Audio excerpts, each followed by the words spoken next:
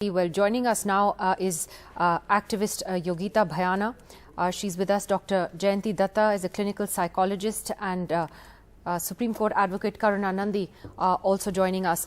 Let me first get to you, Dr. Datta. I think a lot of us are just so shocked at the sheer horror of this. It's not the first time. I mean, we've had the Nithari killings. We've seen what happened in the Tandoor murder case back in Delhi so many years ago. What would drive someone to such barbarity? This is in their psyche, and it is in their persona. If you look at him, he had the plan done before he moved her to Delhi, because he wanted to have her isolated out. And when you commit such kind of gruesome, violent act, you get seasoned.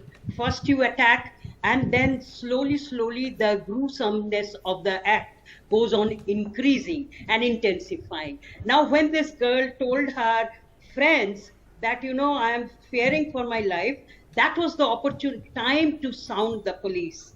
That anybody as sensible as she was, they are saying that she was very active, very lively. So if they were real friends, and this is for the viewers also, anybody who sounds that I'm fearing for life, it should not be taken lightly. Now, mind you, there is a psychic aspect into his psychotic aspect into his persona, and these are the people who often get delusional in the sense that they feel grandiose about it. I can do it, I have done it, they boast about it, and then they plan it out in a very systematic manner. Look at the way he's carried it out. He has threatened her. He had been challenging her, bringing other women in front of her, and then, slowly intensifying. And then look at this, which I've been questioning even yesterday when I first was interviewed, that what happened to the blood. Now, he had also thought about, I refuse to believe that the chemicals he purchased were because of the internet. There has to be some support somewhere who had supplied him this, advised him that this is how you should go on, carrying on, And even the clothes, blood-stained clothes like this, how can you dump it in the routine manner of, the rag pickers or the person who collects the filth from your house, the routine sweeper, How can you do it and get away? It's extremely cold-blooded, like you said. The way that it was done, the fact that he cut her up like that, was bringing other women home while she was still in the fridge. It's just unimaginable. Karan, there's something that Shraddha's friend said a few minutes ago live on air, which stuck with me, which was that as Shraddha's friends, they couldn't understand why she was still living with him, given that they say he was beating her and that she was a victim of domestic violence. I think what people often don't understand is how difficult it is for victims of domestic violence to get out of those situations. It's much easier said than done, isn't it? Yes. I think this point that you're making is really fundamental and really important, because what happens every day is violence that doesn't grab the headlines, that is less dramatically gruesome, but for the woman who's experiencing it, it's devastating, and sometimes ends a part of her life in some significant way. And there are a couple of things here. One is that the people don't understand battered women syndrome enough. And the second thing is that there isn't enough structural support for battered women syndrome and for women who aren't able to leave a violent situation.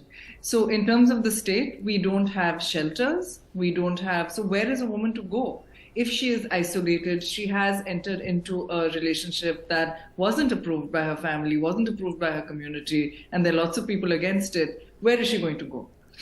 So I think systemically, this is something that is really, really fundamental to look at, because, while this 498A kind of backlash and, gains traction, and men's rights association, so-called men's rights association say that, these are false complaints, false complaints, false complaints.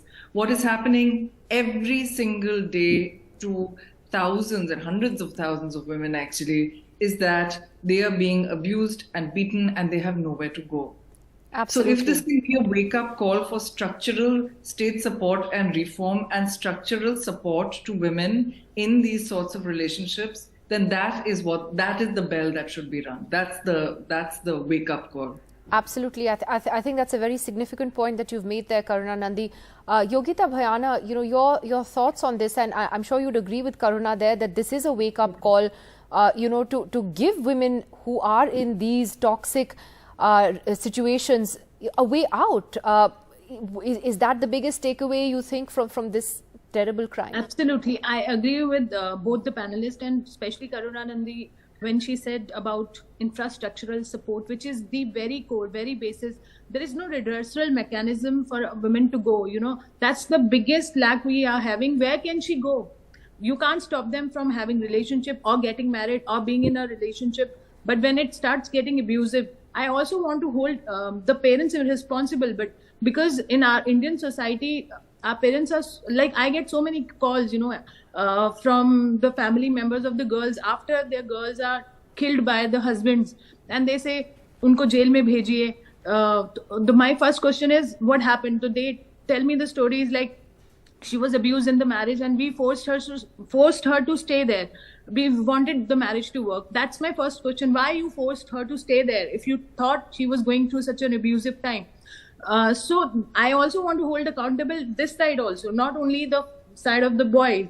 This is the domestic violence thing. But now this particular case is about living relationship. First of all, in our society, so much of taboo around it. Even if this girl would have gone to police station, they would have said, "Oh, what is live-in relationship? Why are you with him?" They would have started judging her. So that pressure is double on a girl when she is not even married to the boy and staying with him. And the trauma is much more. And she really have zero support, because for domestic violence, at least we have 498 or whatever. Even for legally, we have support for live-in violence, but at the same time, our police is not ready even to attend that call. They start character assassinating the girl only. So that is another thing which I want to address through your channel, that when are we ready for such things? It's not even a wake-up call, it's a shake-up call, I would rather put it this way. And infrastructure has to be put in place. Where is the Nirbhaya fund for women's safety? It was meant. Shelters are very, very much needed right now. It is very, very basic, which we are not getting for last so many years. We have so much funds lapsing every single year, but we don't even have one single shelter. Government shelters are there.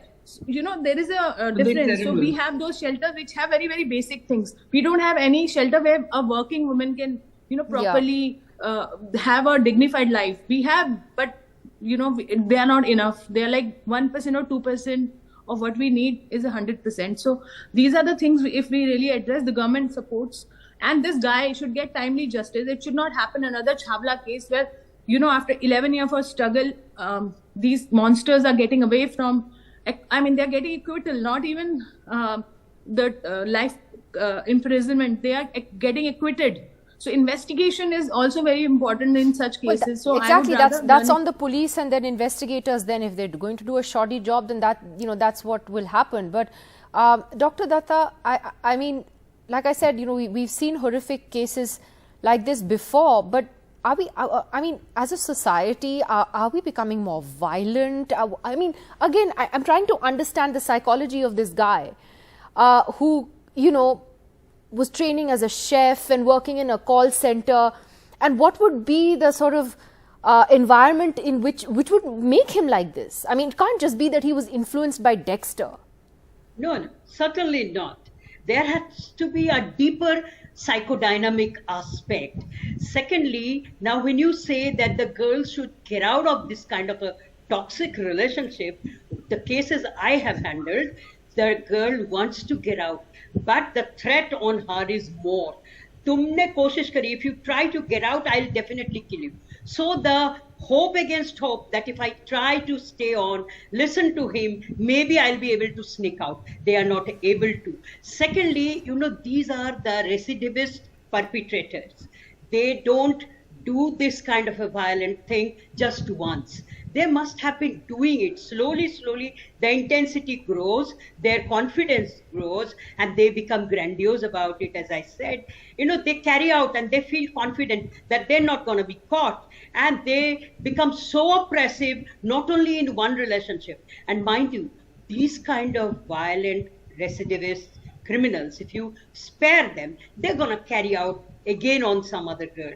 See what you were narrating, I've been watching this, that with the body parts of the girl lying in the refrigerator, you are enticing other women and you are having a relationship there. So this is a threat to those series of women as well. So these are the kind of people who are a threat to the whole society. I have to say that question has popped into my mind. Karan, Nandi, last word to you, that just, what if there are more victims out there? The fact that it's just so cold-blooded in the way that it has happened, and that he seemingly doesn't have any remorse. He's been bringing women back there.